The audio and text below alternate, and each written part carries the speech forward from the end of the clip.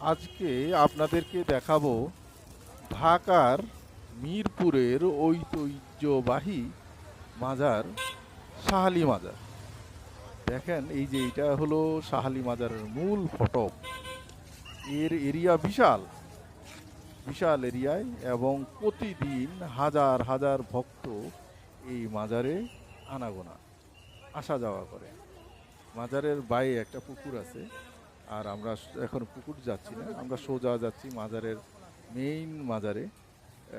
এইটা এই যে সোজাসুজি আমার দেখা যাচ্ছে যেইটা, এইটা হলো মূল মাজারটা। এই সাইডে খোলা জায়গা অনেক গাড়ি রাখার জন্য, এবং অনেক মানুষজন যেন ধারণ ক্ষমতা করতে পারে। এই সাইডে দেখেন বিশাল এরিয়া মাজারের, বিশাল এরিয়া, অনেক বড় এরিয়া।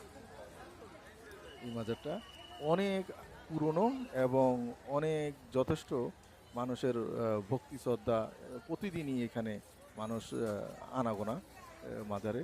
এবং মাজারে আসলে যে যেইভাবে দেখে, কেউ কেউ এইটাকে নেগেটিভভাবে দেখে, কেউ কেউ পজিটিভভাবে দেখে, যার যার ব্যাপার।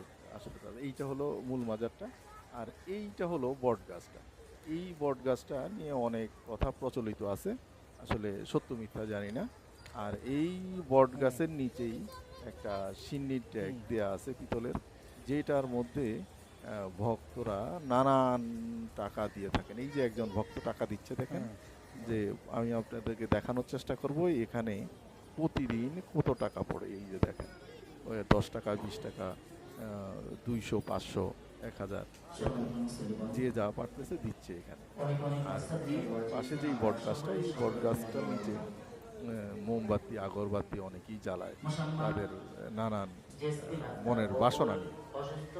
এই সাইডে আছে ডাইনিং, যেটা এটা হচ্ছে মসজিদ, বিশাল বড় মসজিদ। এবং মসজিদ প্রাঙ্গণে প্রতিদিনই 5 ওয়াক্ত নামাজ জামাতের সাথে পড়ার জন্য দূর দূরান্ত থেকে অনেক মানুষ সবসময় আসা যাওয়া করে এখানে নামাজ আদায় করতে। আমরা এটার কয়েকটা সিঁড়ি আছে, তো আমরা উঠবো একটা সিঁড়ি দিয়ে। এই সাইডের ডাইনের সিঁড়িটা দিয়ে আমরা উঠতেছি। এর ভিতরে বিশাল বড় উজুখানা।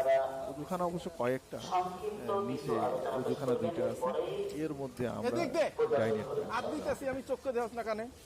এখানে এই মাজার আপনার অনেক পুরনো মাজার। এই মাজার নিয়ে অনেক রকম কথা প্রচলিত আছে, যে শাহ আলী মাজার। আহ, এবং শাহ আলী মাজারের মাজারের কিন্তু এখানে কিন্তু আপনারা যারাই যাবেন তারা কিন্তু সতর্ক থাকবেন, কারণ মাজারে আপনারা জানেন মানুষ বেশি হয়। এখানে ছিনতাইকারী বা নানান লোকজন সবসময় সব মাজারেই থাকে। এই যে এইটাই অজুখানা, বিশাল বড় দেখেন অজুখানাটা, প্রায় একটা ছোটোখাটো একটা মসজিদের সম